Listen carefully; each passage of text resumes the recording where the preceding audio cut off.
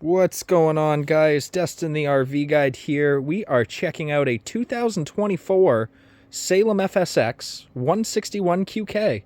So a couples coach layout from Salem, rear bedroom, and a U-shaped dinette wrapped around in the front. No slide out, so fairly lightweight, fairly compact camper. Let's go through the outside and head right on in. So at the front, manual tongue jack, single 20-pound LP tank, and then our battery spot right behind that with a battery disconnect. Rock guard's going to be equipped on this, so it'll hold up going down some dirt roads a little bit better. Right next to that solar jack is actually going to be a little outdoor griddle area. So little cooking area out here. They give you a little flat top. That's right by the front door. And if we keep on going here, our entrance with an easy grab handle. Outdoor shower right here. So maybe not the best shower spot, but at least you have some sort of running water outside so you can, clean your feet off, or if you're cooking outside, you can clean up some dishes. 110 power, and that's underneath our power awning. Spans about the whole length of the camper here. Little LED strip on the bottom of that awning. And that brings us towards the back. Manual stabilizers on this one. On the back, they're going to give you a big window, ladder prep, backup camera prep. They do have a spare tire standard and a nice little hidey hole that's going to go under the bed. So the door itself might not be huge, but the storage space that's in here is. It's in, well, pretty much the frame of the queen bed that's over this, and we'll get to that in a minute here. On your off-door side are going to be all of our connections. Not a whole lot of cool stuff going on back here, but what is cool is your drains are actually accessible. You have a tankless hot water heater, which is standard. Black tank flush comes equipped on this. And then here's the other part of that outdoor storage. And this goes under the other part of that dinette. You can kind of see the other side there with the back of that griddle. And all of the doors on the outside are going to be magnetic latches, so you're not going to be breaking clips on there. So not a whole lot to write home about on the outside. I mean, pretty standard. You got your, manual equipment, and your awning is power, so you don't got to worry about that. Let's head on inside this thing. So again, keep in mind, we're on a 16-foot shell, fairly compact for a camper. You walk into your kind of living area kitchen combo with a huge U-shaped dinette. Windows littered throughout the camper here, as you can see. So over the kitchen area, the dinette has opposing windows that actually open up. So let's get into this thing. So at the front, you got a huge U-shaped dinette, which will, of course, convert into a bed if that's the goal with it. The table, they changed out this year, so it's actually on a swivel. Set it up how you choose. If maybe you're working from the road and you want it as a desk setup, you could push it over to one side there and kind of work from the other. Into the kitchen area, they're going to have a 2-burner Greystone cooktop here. You can fold that back and get to your burners. You have your range hood, and up above a little microwave, 0.9 cubic foot Furion, and gets the job done for some popcorn. Storage is decent in the kitchen. So I got full extension drawers.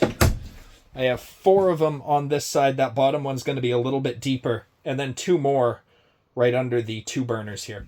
European style metal sink. Our goodies are going to be right behind there. So a USB port. They give you, there's your controls for the tankless hot water as well as the air conditioner.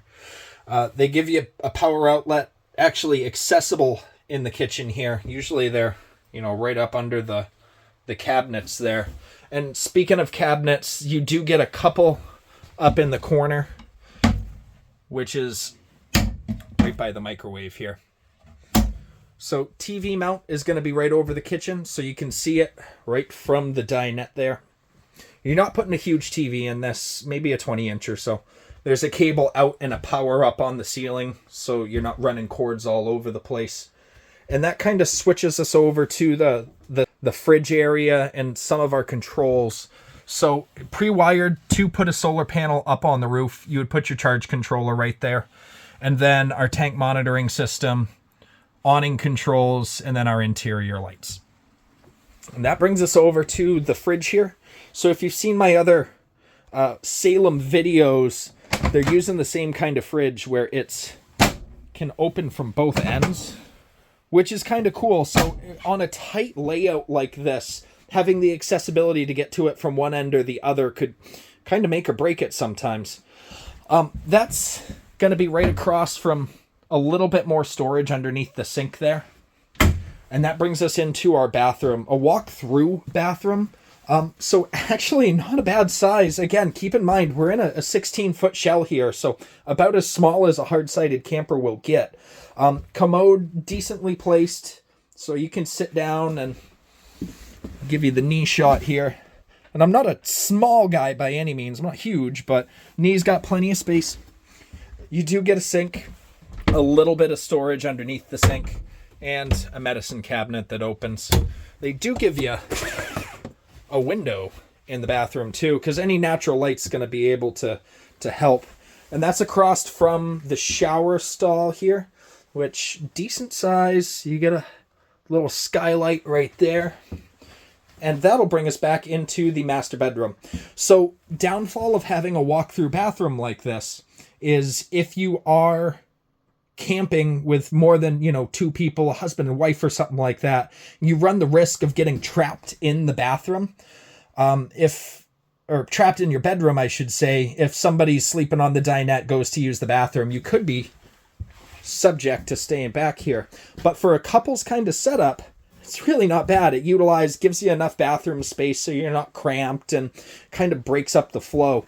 And that gets us into the master bedroom in the back, where you're surrounded by windows for one, so you'll get the best of the view. You got plenty of storage on both ends, so full-size wardrobes, and then the overhead. And then underneath, you also get another little hidey hole down there. And that's on both sides. Both sides will have 110 volt power as well as USB chargers. The air conditioner is actually ducted back into the bedroom, so you will stay cool back here. And they give you another TV mount right on that wall, so probably a little bit bigger than what's in the living room, but you do got a spot for it. Underneath the bed is going to be that access from outside, so you can get a good shot right there of how much space it actually gives you.